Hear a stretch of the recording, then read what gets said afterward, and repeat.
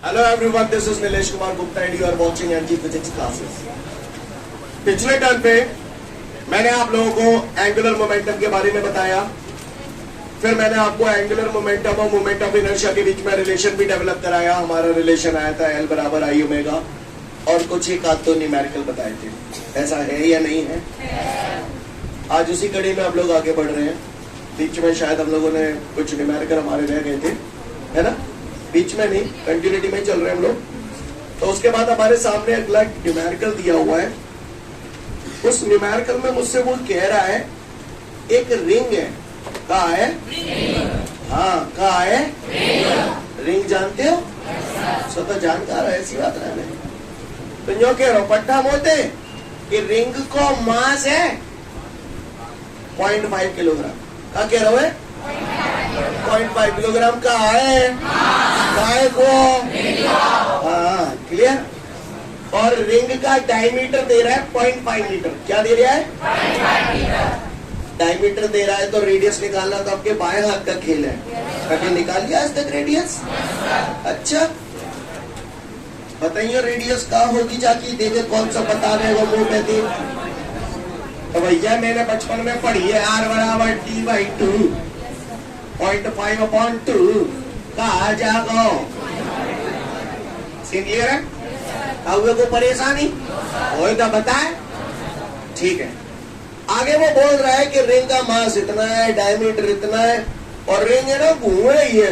Ring घूम रही है, ऐसा रिंग घूम रही है एक्सिस के अबाउट। और वो जो रिंग घूम रही है ना ऐसे वैसे ना घूम रही, मालूम है? वो रिंग 5 सेकंड में 10 रिवॉल्यूशन कर रही है। 5 सेकंड में अगर 10 रिवॉल्यूशन कर रही है तो 1 सेकंड में। क्लियर है? 5 1 5 5 2 10। 1 सेकंड में 2 रिवॉल्यूशन। और 1 सेकंड में जितने नंबर ऑफ रिवॉल्यूशन होते हैं उसे क्या बोलते हैं? जोर से बोलो। हाँ, चिल्ला क्यों रहे हो तो यार? ठीक है, 1 सेकंड में 2 रिवॉल्यूशन होते हैं तो ये हमको फ्रीक्वेंसी आ गई बेटा 2 हर्ट्ज। अब वो तो जो कह रहे हैं कि मैं एंगुलर फ्रीक्वेंसी बता दूं, मैं मोमेंट ऑफ इनर्शिया बता दूं, मैं एंगुलर मोमेंटम बता दूं, मैं रोटेशनल काइनेटिक एनर्जी बता दूं। ये सारी बातें मुझसे जानना चाहता है। सीन क्लियर है? Again I repeat the question. Here he is telling you there is a ring of mass 0.5 kilogram and its diameter is 0.5 meter. If this ring is revolving 10 revolution in 5 seconds, then calculate the angular velocity of the ring, moment of inertia of the ring, angular moment of the ring, and rotational kinetic energy of the ring. Got the question, everyone? Yes, sir. Okay. तो सबसे पहले हम लोग बात करते हैं बबुआ omega की। है कोई भाई का नाम जो मुझे बता दे ओमेगा का कौन सा फॉर्मूला यहाँ पर लग रहा है? लाइन से याद करें तो ओमेगा बराबर theta upon T, D theta upon D T. फिर टाइम की जगह अगर कैपिटल टी रखूंगा तो क्या हो जाएगा? 2 पाई अपॉन टी, फिर 2 पाई एफ और फिर वी अपॉन आर। बताओ कौन सा फिट है? फ्रीक्वेंसी रही है तो ओमेगा बराबर का हुए को परेशानी नहीं हो तो बताए नाने तो भी सुने। 2 पाई, पाई की जगह क्या रख दूं? 3.14। बोलो भैया, एफ कितने गए? 2। अब तो सॉल्व कर लोगे? 2 2 से 4, 4 का 3.14 से मल्टीप्लाई कर दो। 4 4 से 16, 6 1, 4 1 से 4 1 5, 4 3 से 12, 1 2 6 क्लियर? 12.56 रेडियन पर सेकंड। देख लो बेटा, मैच कर रहा है आंसर आपका। क्लियर? भैया हमारा क्या आ गया बबुआ? क्या आएगा? Angular velocity. क्या आ गया? अब पट्टन में मोटे जो कहिए कि मैं मूवमेंट ऑफ एनर्जी निकालू। क्या निकालू? तो भैया हम ज्यादा पढ़े लिखे नाने, हमने बचपन में जो जानी है आई बराबर है हमारे स्क्वायर। बोलो भैया क्या दवा मुझे 0.5 एम कितने दवा है? 0.5। आर कितना है? R R R R R R R R 0.25 का होल स्क्वायर। अब तक कर लोगे यार, जोगे नहीं करूँ बड़ा भाग। क्लियर है? दूसरा आंसर बोलो बेटा, कितना दे रहा है किलोग्राम मीटर स्क्वायर में? 3.125 into 10 to the power -2 kilogram metre square. Scene clear है? ये हमारा कौन आ गया? Movement of inertia. आगे की बात करता हूँ, एंगुलर मोमेंटम पूछ रहा पट्टा मोटे एंगुलर मोमेंटम। तो भैया मैंने बचपन में एंगुलर मोमेंटम का फॉर्मूला पढ़ा तो L बराबर आई ओमेगा। कल पढ़ो तुम? आई कितने लेते आओ? जी I 3.125 into 10 to the power -2। Omega omega की जगह ये वैल्यू आ गई 12 पॉइंट। अब तो कर लोगे ऐसे? बोले बेटा क्या आंसर है इसका अगला? 0.3925 इंटू, बस हो गया 0.3925 जूल सेकेंड। क्लियर?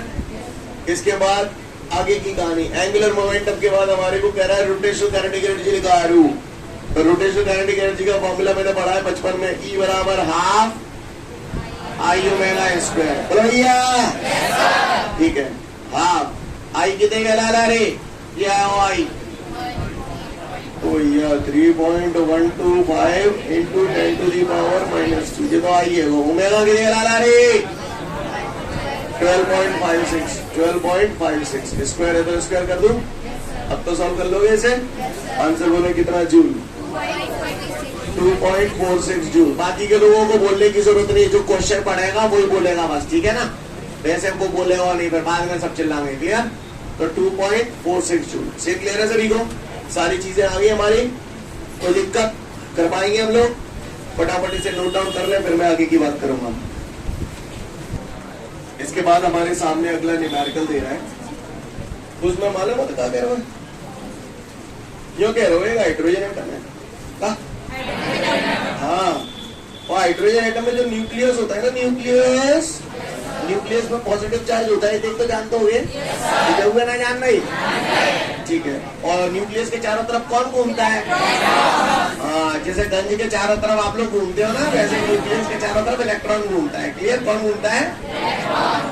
अब वो मोदी जो कह रहे हो, हाइड्रोजन एटम में एक इलेक्ट्रॉन है जो न्यूक्लियस के चारों तरफ घूम रहा है, और जिस सर्कुलर ट्रैक पे वो घूम रहा है, सर्कुलर ट्रैक की रेडियस है 0.53 एंगस्ट्रॉम, और जितनी वेलोसिटी से वो घूम रहा है वो वेलोसिटी है 2.17 into 10 to the power 6 metre पर सेकेंड। तो कह रहा है calculate the angular momentum of the electron, और उसने एहसान कर दिया आप पे।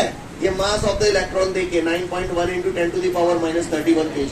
भला इंसान है जो आपको दे रहा है, मैं होता मैं भी देता, मैं भला इंसान नहीं हूं, नालायक हूं। पर ये बात सही है, अगर कल को आप कॉम्पिटिटिव एग्जाम की तैयारी करते हो और बेटा ऐसा क्वेश्चन आता, तो वो कोई जरूरी नहीं है कि आपको मास ऑफ द इलेक्ट्रॉन देता। क्लियर? क्योंकि ये अंडरस्टूड है कि बच्चों को मास ऑफ इलेक्ट्रॉन पता होना चाहिए, और मेरे ख्याल से शायद आपको पता भी होगा। नहीं पता? इतनी बेशर्मी से ना कर रहे हो तुम लोग। मास ऑफ द इलेक्ट्रॉन पता होना चाहिए, 9.1 into 10 to the power -31 kilogram. बिल्कुल घुटाओ। क्लियर? चार्ज ऑफ इलेक्ट्रॉन कितना होता है भाई देखो? हाँ, मतलब आप मुझसे ये कहना चाहते हो 1.6 into 10 to the power -19 coulomb. Nature minus का होता है, क्लियर है? ये कहना चाहती हो ना? पता होना चाहिए ये सब बातें से करने, बाकी ने ना पता पाप परे हो तुम पे। क्लियर? माता त्रिशूल लेके आ। लिसन एवरीवन, अब बेटा मुझसे एंगुलर मोमेंटम पूछ रहा है, बताओ मुझे एंगुलर मोमेंटम का फॉर्मूला क्या है? या तो आई ओमेगा या फिर एमवीआर, पीआर, ये सब पढ़े थे ना? तो एंगुलर मोमेंटम का फॉर्मूला मैंने बचपन में जाना था, L = mvr। m कितना है? 9.1 into 10 to the power m ये दिया हुआ है ना हमको, 9.1 into 10 to the power -31। Velocity ये दिया है 2.17 into 10 to the power 6 into radius. Listen, radius 0.53 angstrom है बेटा, तो 0.53 एंगस्ट्रॉम बताया था, याद है? डेसी सेंटी मिली माइक्रो पढ़ाए थे तब। है भाई माइकल, आज जो मुझे बता दे एक एंगस्ट्रॉम बराबर कितना होता है? हाँ, अच्छा बोले आप लोग, ऐसी बात है। 10 टू दी पावर -10 मीटर। जो लोग यहाँ पर स्टार्टिंग से पढ़ रहे हैं वो सब जानते हैं, और जो लोग स्टार्टिंग से नहीं पढ़ रहे हैं वो लोग चाहे तो लिख लें। 1 एंगस्ट्रॉम बराबर होता है बेटा 10 टू दी पावर -10 मीटर। पता होना चाहिए आपको, यूज में आएगा आगे भी, है ना? तो 0.53 into 10 to the power -10 metre, तो आर की जगह टांग दू ये 0.53 इंटू 10 टू दी पावर -10। अब तो कर लोगे? तो इसको जब आप सॉल्व करोगे तो आपका आंसर आएगा 1.05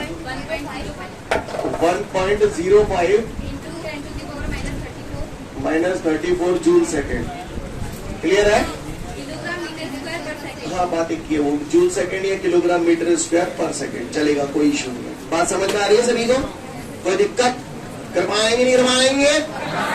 कर पाएंगे। फटाफट उतार लो। इसके बाद हमारे सामने अगला क्वेश्चन है, drive the relationship between angular momentum and torque. कहा एंगुलर मोमेंटम एंड टॉर्क, यानी मुझे एक ऐसा रिलेशन डेवलप करना है जिसमें एल आए और टाउ आए। कहा है एल आए और टाउ आए। क्लियर? तो भैया करें शुरुआत। इससे पहले कि मैं शुरुआत करूं, मुझे एक बात बताओ, बताओगे?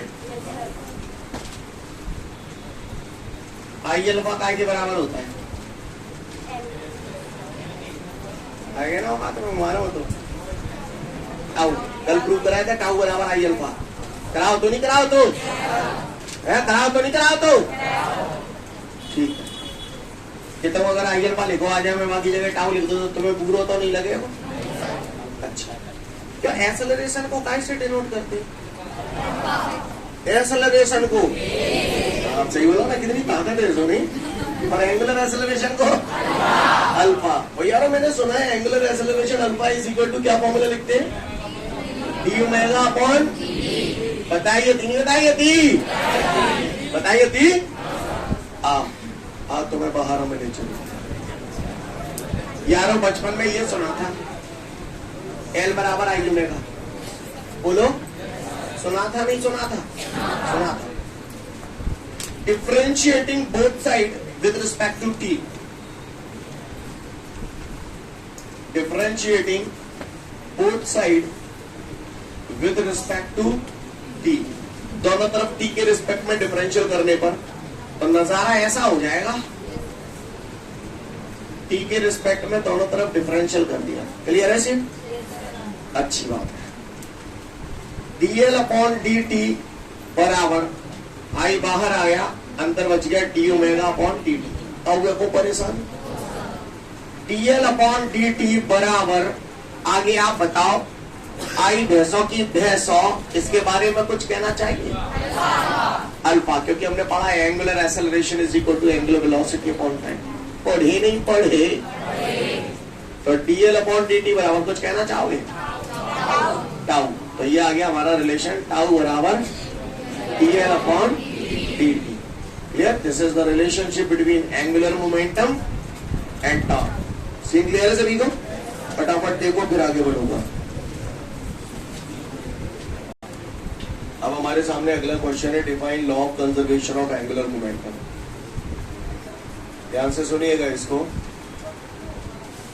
इससे पहले हम लोग चैप्टर 5 जो छोड़ के आए हैं, वहां पर एक क्वेश्चन था, define law of conservation of linear momentum, और यहाँ पर हो जाता है define law of conservation of angular momentum. मिलता जुलता है उसी से, है ना? अगर वो वहां पर आपने पढ़ा होता तो यहाँ मुझे समझाने की जरूरत नहीं पड़ती, आप ऑटोमेटिकली कर लेते। क्लियर? वहां पर जो मैं पुराना बता रहा हूँ, चैप्टर 5 में जो law of conservation of momentum था, है ना? Law of conservation of momentum हमसे ये कहता है कि अगर किसी, आप ही बताओ, मोमेंटम का फॉर्मूला क्या होता है? Mass into velocity. सही बोलना? मोमेंटम का फॉर्मूला होता है मास इनटू वेलोसिटी। ये कुत्ता है, कुत्ता है, कुत्ता मास है, कुछ ना कुछ मास होगा कुत्ते का, होगा नहीं होगा? कुत्ता भज रहा है, कुत्ता भज रहा है। अब कुत्ता भज रहा है तो थोड़ी देर के लिए हम नंबर्स भी ले लेते हैं जिससे आप बेहतर समझ पाए। कुत्ता 5 किलो को है और कुत्ते की जो वेलोसिटी है 3 मीटर पर सेकेंड है। कितनी है? 3 मीटर पर second. Can you tell me what is the momentum of the कुत्ता? जोर से बोलो। 15। सही बोल रहा हूं? What is this? Momentum of the कुत्ता। क्लियर है? समझ में आ रही है बात सभी को? अच्छी बात है। अगर इस पे फोर्स लगाया जाए, अगर इस पे फोर्स लगाया जाए या मैं लाद दी जाए यानी फोर्स लगाया जाए तो इसका मोमेंटम वही रहेगा। बदल जाएगा? आपने कही बदल जाएगा। आपने ये मिल जाएगा। मैं नहीं चाहता कि इसका मोमेंटम बदले, तो क्या करूं? लाभ नहीं दो। थोड़ा साइंस की लैंग्वेज में बोलो ना, लाभ गुस्सा क्या कर रहे हो? साइंस की लैंग्वेज में बोलो। फोर्स मत लगा, यानी फोर्स प्रेजेंट रखूं या एब्सेंट रखूं? तो बस यही law of conservation of momentum है। In the absence of external forces the linear momentum of the system remains conserve. नहीं, यही बात समझे। अगर इस कुत्ते में कोई एक्सटर्नल फोर्स न लगाया जाए तो इसका जो मोमेंटम रहेगा वो कंजर्व रहेगा। इन the absence of external forces the total linear momentum of the system remains. नहीं आई, कहाँ गई? इन the absence of external forces the total linear momentum of the system remains. अब लीनियर मोशन से रोटेशनल मोशन में आ जाओ, ठीक है? कुछ पुराना कहेंगे और नया बनाएंगे, है? मैं पुराना बोलूंगा, आप नया बोलना।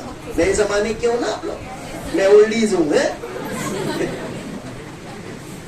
Law of conservation of momentum में मैं बोलूंगा, मैं पुराना वाला बोलूंगा, आप नया वाला बोलना, है?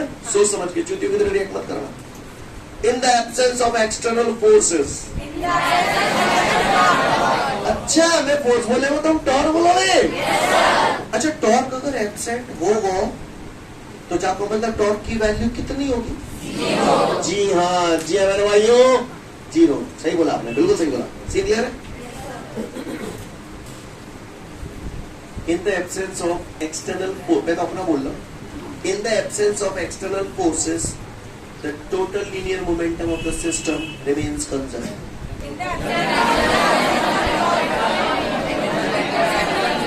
In the absence of external torque, the total angular momentum of the system remains। Angular momentum conserve रहेगा। एंगुलर मोमेंटम कंजर्व रहने का मतलब L बराबर कांस्टेंट। जहाँ पे अगर कोई फोर्स नहीं लगाओगे तो मोमेंटम 15 है, 10 सेकंड बाद देखेंगे तो 15 रहेगा, 50 सेकंड बाद देखेंगे तो 15 रहेगा, यानी P बराबर कांस्टेंट। कहानी समझ में आई? नहीं आई? तो अगर किसी ने मुझसे पूछ लिया what is the law of conservation of angular momentum, तो हम बोलेंगे कि लाला, in the absence of external torque the angular momentum of the system remains conserved. बोले तो L बराबर कांस्टेंट। कहानी समझ में आ रही? नहीं आ रही? तो फटाफट स्टेटमेंट पढ़ लो। तो law of conservation of angular momentum का स्टेटमेंट सभी को क्लियर है? क्लियर? न्यूटन्स लॉ मैंने आपको बताए थे रोटेशनल मोशन में। According to the Newton second law in rotational motion, torque is directly proportional to the rate of change of angular momentum. Proportional हटाया, कांस्टेंट आ गया। अब चूंकि अभी आपने स्टेटमेंट पढ़ा था तो उसमें आपने बोला था, क्या था statement? In the absence of external torque. बस in the absence of external torque, इसका मतलब क्या हुआ? तो जाहिर सी बात है, यहां लिखूं इन the absence of external torque. तो अगर एक्सटर्नल टॉर्क एब्सेंस होगा तो टॉर्क की वैल्यू होगी कितनी? 0। बात समझ में आई क्यों लिख रहा हूं ये? तो टाउ की जगह मैंने 0 लिख दिया, is equal to KdL upon dt। dt ज्यादा पहुंचाया था और K नीचे पहुंचाया था। सीन क्लियर है?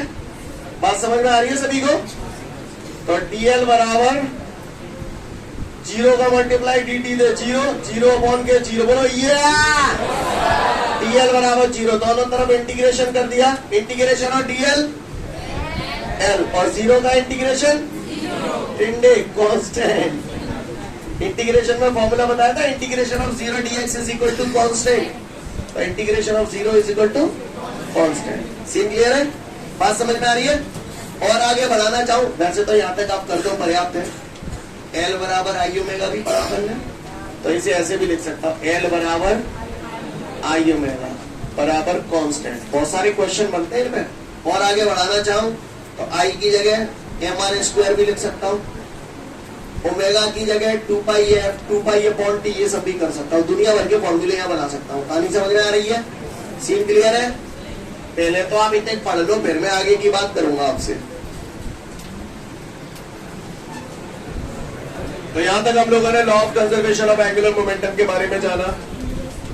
Law of conservation of angular momentum जो मैंने अभी अभी पढ़ा, उसमें मैंने एल बराबर कांस्टेंट देखा, एल बराबर आई ओमेगा भी होता है, तो आई ओमेगा बराबर कांस्टेंट। बोलो भैया, मैं तो ये भी जानता हूं, आई बराबर एम आर स्क्वायर, ओमेगा बराबर कांस्टेंट। बोलो भैया, अच्छी बात है, आगे भी मैं पढ़ाऊंगा। अच्छा मुझे एक बात बताओ, केमिस्ट्री में आपने वो पढ़ा होगा बॉयल्स लॉ, चार्ल्स लॉ, अब वो देखिए शकल मेरी, अगर इतने शकल देखिए अल्लाह रे, तो मैं ये जानता हूँ बॉयल्स लॉ में जैसे पीवी बराबर कांस्टेंट लिखा है, तो हम ऐसे लिखते थे V1 बराबर पिटो मिटो, करते थे नहीं करते थे, आई ओमेगा बराबर कांस्टेंट, तो ऐसे नहीं लिख सकता I1 ओमेगा 1 बराबर I2 ओमेगा 2।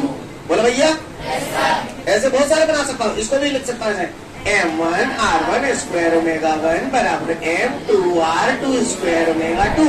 ऐसे दुनिया भर के फॉर्मूले में बना सकता हूँ, बना सकत। सीन क्लियर है अब तक सभी को? अच्छी बात है, बहुत अच्छी बात है, बहुत बढ़िया बात है। चलो आओ, अभी इस्तेमाल करूंगा मैं इनको, यहाँ पर गौर से देखिएगा। I omega is equal to constant, तो मैं थोड़ा सा इसे ऐसे लिख लूं, I is equal to C upon omega. क्या गलत करते हो मेरे लाल हारे? आई और ओमेगा एक दूसरे के कैसे है बबुआ? इनवर्सली प्रोपोर्शनल है नहीं है?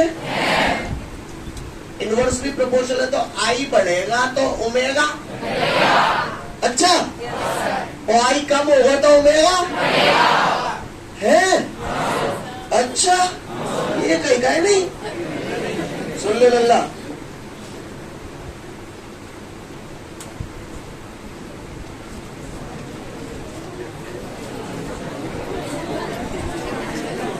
चुप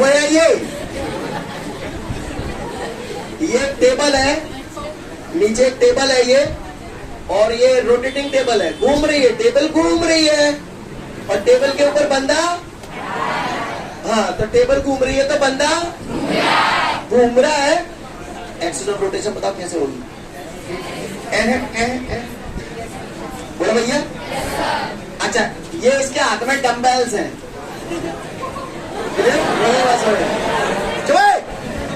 इसके हाथ में डंबल्स है, तो डंबल्स का कुछ न कुछ मास होगा, इस मास की एक्सिस ऑफ रोटेशन से ये परपेंडिकुलर डिस्टेंस होगी, R is the perpendicular distance from the axis of rotation। क्या हुए को परेशानी नहीं हुए तो बताओ आप। आई बराबर एम आर स्क्वायर मैंने बचपन में सुन लिया था, या सर लोग डांस करते हो? कितने लोग डांस करते हैं? काफी सारे लोग यहाँ पर डांस करते हैं, बहुत सारे डांसर्स हैं। तो लिसन एवरीवन, जब आप डांस करते हो तो आपने कई बार देखा होगा, जब आप डांस करते हो तो जैसे आप ऐसे खड़े हो, अचानक से आपने स्टेप बढ़ाया, समझना मेरी बात को, अचानक से आपने स्टेप बढ़ाया और आगे जाके आपको टर्न करना है, घूमना है पूरा अपनी जगह पे, तो घूमने के लिए हाथों को फैला लेते हो या सिकोड़ लेते हो? अगर मैं जो कहूँ कि ऐसे अपने स्टेप मारा हो फिर उसके बाद घूमो, अपनी जगह पे घूमना है पूरा, तो हाथ ने फैला कर घूमते हो हमें। जब आप घूमते हो तो ऐसे करके यूं करके घूम जाते हो कि नहीं? कभी कोई ना घूम रहा है ना, समझ गए ना, खींच जाते हो सवाल। चुप, लिसन एवरीवन, सीन क्लियर है?